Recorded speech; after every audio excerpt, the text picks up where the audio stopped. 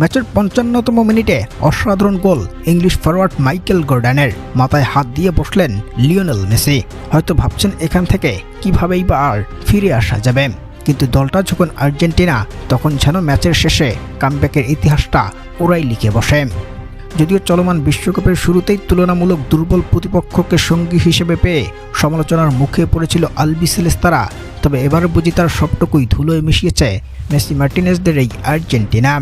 বলা হয়েছিল দুর্বল প্রতিপক্ষ পেয়ে যে আর্জেন্টিনা এগোচ্ছে, ওরা হাই ইন্টেন্সিটি ম্যাচে নিজেদের ধরে রাখতে পারবে না, অর্থাৎ বড় ম্যাচের পরিস্থিতি সামাল দেওয়ার সক্ষমতা হবে না আলবিসেলেস্তাদের।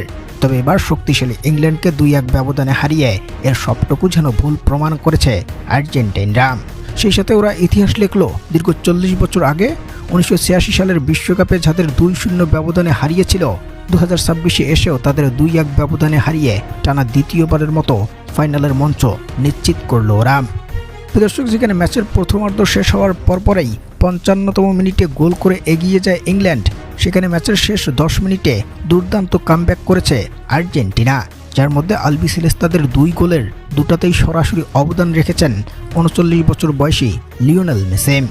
ডিবক্সের বাইরে থেকে ম্যাচের ৮৫তম মিনিটে নান্দনিক এক গোল করে আর্জেন্টাইনদের সমতায় ফিরিয়ে আনেন মিডফিল্ডার এনজো ফার্নান্দেজ।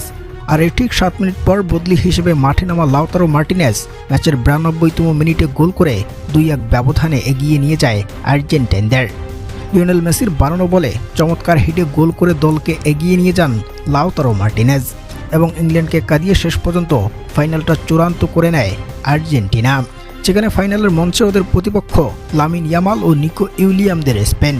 দর্শক, এই আর্জেন্টিনা কি পারবে টানা দ্বিতীয়বারের মতো শিরোপাটা ঘরে তুলতে? জানাবেন কমেন্ট সেকশনে।